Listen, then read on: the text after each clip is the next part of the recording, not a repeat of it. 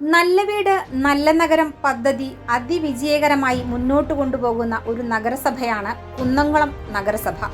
നഗരസഭയോട് ചേർന്ന് ഒരു കുട്ടികളുടെ പാർക്കുണ്ട്.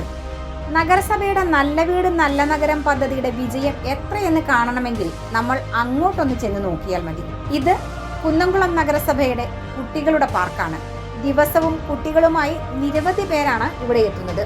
പുറമേ നിന്ന് കാണുന്നവർക്ക് മനോഹരമായി തോന്നുമെങ്കിലും വരുന്നവർക്ക് വേണ്ട മതിയായ സൗകര്യങ്ങൾ പോലും ഒരുക്കാൻ നഗരസഭയ്ക്കായിട്ടില്ലെന്ന് വേണം കരുതാൻ. കുടിവെള്ളം പോലും ലഭിക്കാനുള്ള സൗകര്യം ഇവിടെ ഒരുക്കിയിട്ടില്ല. 2010-2015 ഭരണസമിതിയുടെ കാലഘട്ടത്തിലാണ് ഈ പാർക്ക് നഗരസഭയോട് ചേർന്ന് പണി കഴിപ്പിച്ചത്. അതിനുശേഷം യാതൊരുവിധ മിനുക്കുപണികളും ഇവിടെ നടന്നിട്ടുമില്ല. കുട്ടികൾക്ക് വേണ്ടി പണി കഴിച്ചിട്ടുള്ള ഊഞ്ഞാലുകൾ ഉൾപ്പെടെ തുരുമ്പെടുത്ത് തുടങ്ങുകയും ചെയ്തിരിക്കുന്നു. സ്ലൈഡുകളിൽ കയറുന്ന കുട്ടികൾ വന്നിരിക്കുന്നിടത്താകട്ടെ പേരിന് പോലും മണൽത്തരി കാണാനുമില്ല.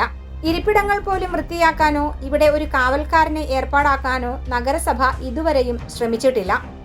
എന്തിന്, നഗരസഭയുടെ കീഴിൽ നിരവധി ശുചീകരണ തൊഴിലാളികൾ ഉണ്ടായിട്ടും നടവഴിയിലെ കരിയിലകളും ചുള്ളിക്കമ്പുകളും മുള്ളുകളും ഉൾപ്പെടുന്നവ നീക്കം ചെയ്യാൻ പോലും നഗരസഭ തയ്യാറുമല്ല.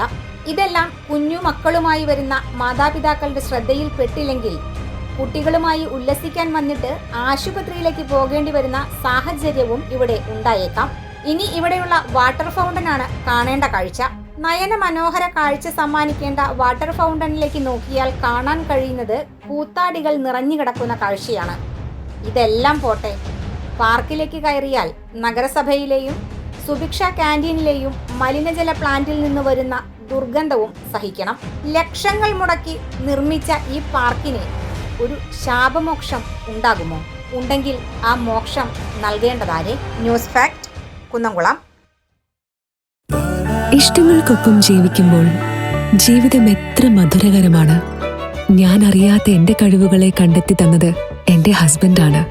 ഈ സ്നേഹത്തെക്കാൾ വലിയ സന്തോഷം മറ്റെന്താണ്? ഇന്നും ഇഷ്ടങ്ങൾക്കൊപ്പം. Intimate Matrimony, beautifying your life.